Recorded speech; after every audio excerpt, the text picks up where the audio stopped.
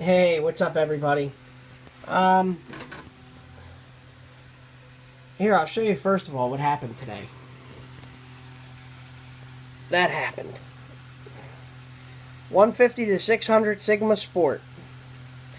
And I just got it out of the box.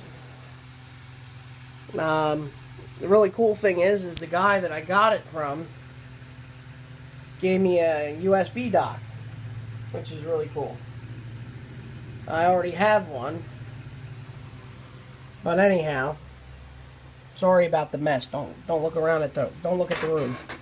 Room's a mess. Okay, so here's what I want to show you about these really cool lenses. Here are the lenses that I own. Okay? And what it is this is the Sigma's USB lens dock. Alright? There's the computer down there. You see the black wire.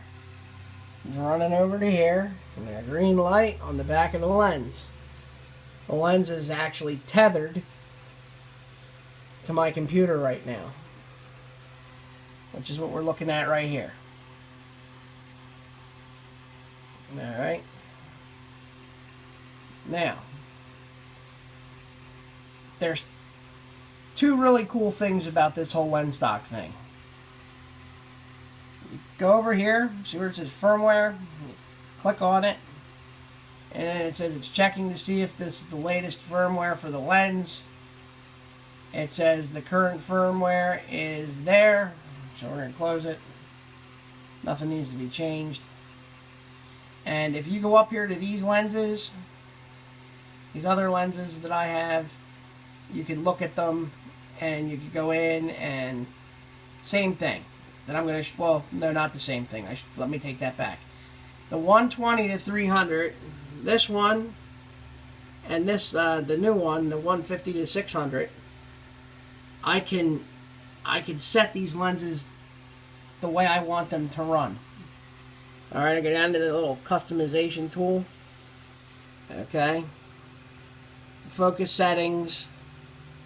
Full-time and manual focus settings. Alright, customization mode. That's where we want to go. Now, these sport lenses have an interesting little added bonus here. This is what makes them so cool. Down here, let me turn the tripod collar a little so you can see it better. Alright, there we go. See where it says custom, C1, C2, and off? Come on, there we go. Alright, I could set each one of these modes right here through my computer, where it says C1, I'm on focus. Alright. Over here it says not customized. Alright. Say I have a wedding that I want to take this thing to. Not particularly going to take the 150 to 600 to a wedding, but who knows. Anything can happen. But my 300 2.8, I take that to weddings all the time. From 120 to 300. Alright, so I can actually go in here. Now, if you look at the top, it says Custom Mode Setting, Custom 1. Setting is not yet applied until I decide to rewrite it, which is down at the bottom of the screen. Okay. So what I could do is I could set the speed for the motor drive. I could set the standard speed. I could give it motor drive speed priority, I should say. Standard and focus accuracy priority. Alright, so if I was snapping shots really, really quick in like a burst mode where I'm motor driving through, okay, and it gives you a quick explanation of what each setting does and what will happen when you put it into that system. Alright, let me back out. Oh. Go away. Alright. So, I can just hit OK, because we're not going to rewrite anything just yet. And then I could go into the focus limiter. Now the lens has a switch. that I could set. But if I want to override that and I want to have it set to a distance scale, I could do that right here from my computer. Now the OS settings, this is really cool because you could actually set up, get this thing back in focus, if my hands will stop shaking, I apologize. You can actually set this lens up for different types of stabilizing. Alright. What I'll do is, I'll see if I can get this to focus for you. That way you can read it. I'm not going to read it out loud, but what I will do is I'll hold the phone here long enough so you could read it. You can just hit the pause button on your computer and you'll be able to read it.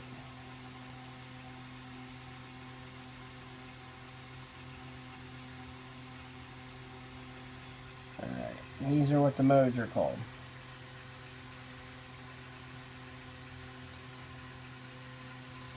Now, this lens dock works great.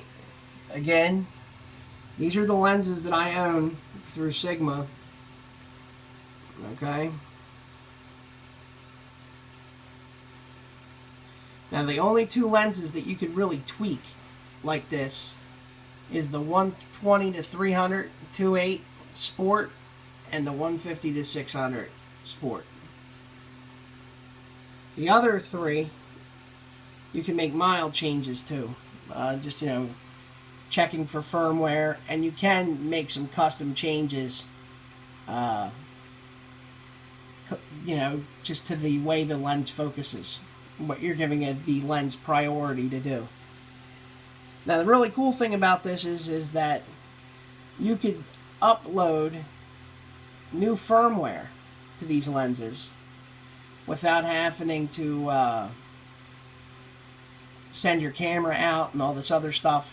If you having an issue, Sigma can actually get into this lens through this dock in your computer, and they can make changes, and you can also make changes to it as well. But basically what I'm doing now is, being that I just got this, I'm pretty much going to do the same settings that I did to my 120 to 300, because that's how I like my lenses to work, my telephoto lenses. Which this to me is gold. Canon, you better take notice, man, because I'll tell you what, this here, this is the hot setup.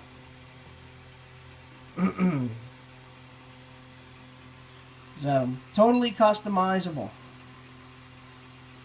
And later on tonight, after I've shot this lens a little bit, I'm going to do like a little bit of a review and tell people what I think of it.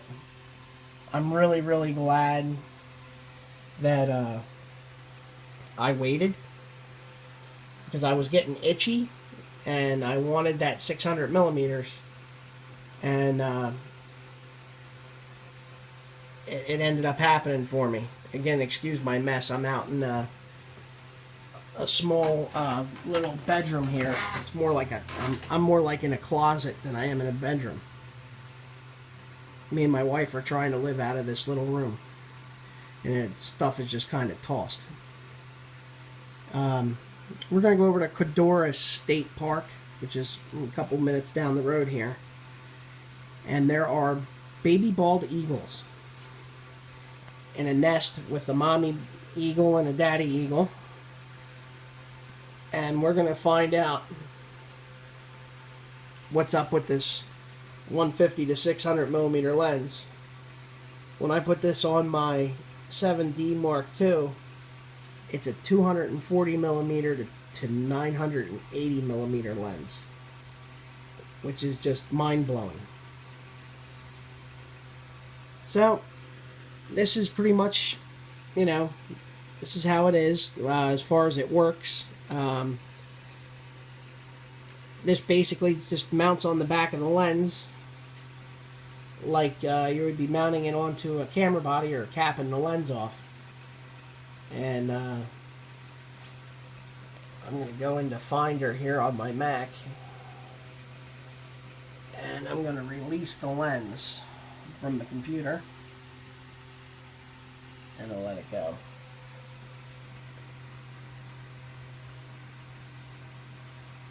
And then I should be able to now unplug this.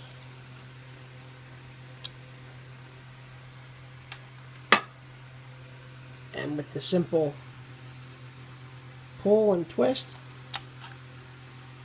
that's all it is.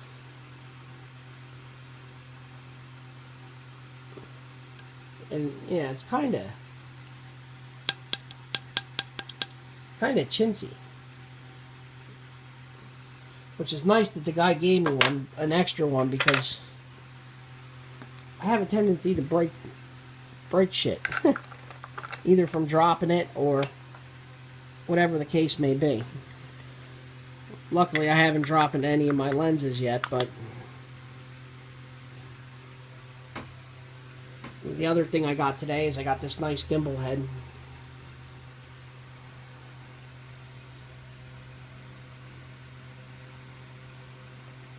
You can see that.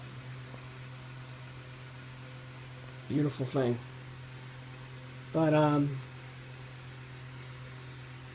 unbelievable. I've been waiting for this since July of 2013 or 14. When they announced it, it was supposed to come out Christmas time. For some reason, they had issues getting it in. And I said, I said to my wife, I said, you know what? I'm going to stop in this camera store real quick, because I kind of stop at different places just to kind of look around. And there the damn thing is sitting on top of a shelf. It was just sitting there like it was no big deal. I can't even begin to stress to you guys how hard it is to actually find one of these, let alone to see it. But to be able to buy it, it just doesn't happen. And like I said, I've been on a waiting list for a long time.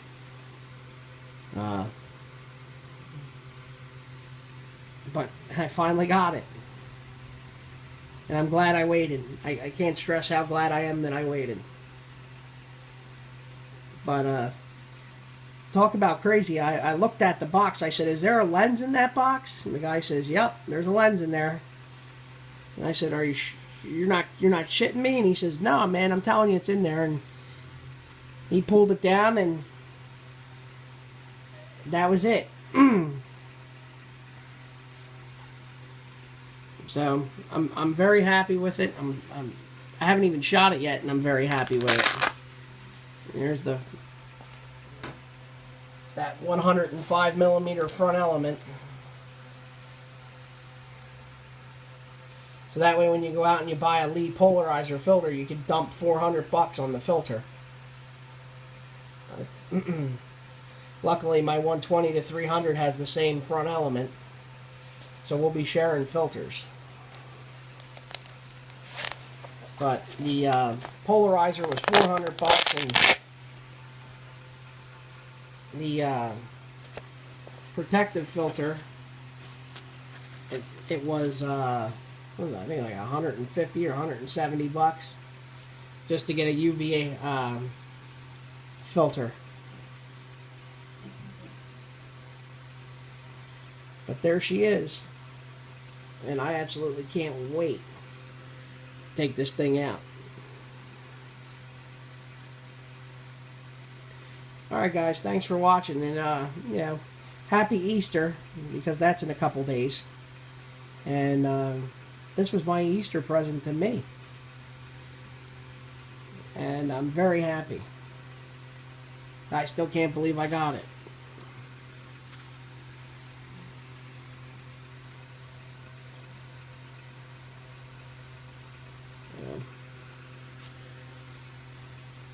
And the gimbal head too, I think that's a must. When you have a lens like this that's this big,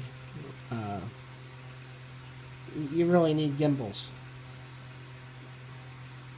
And since I've been messing with this gimbal, I'll probably never pick up a monopod again. It's outstanding. Alright guys, if you have any questions or you want any information about it, I know some of the people on there shoot some sports and some special events and some outing events. But man, I'll tell you, I'm so happy that I got one of these. I'm going to get some use out of it. Alright guys, thanks.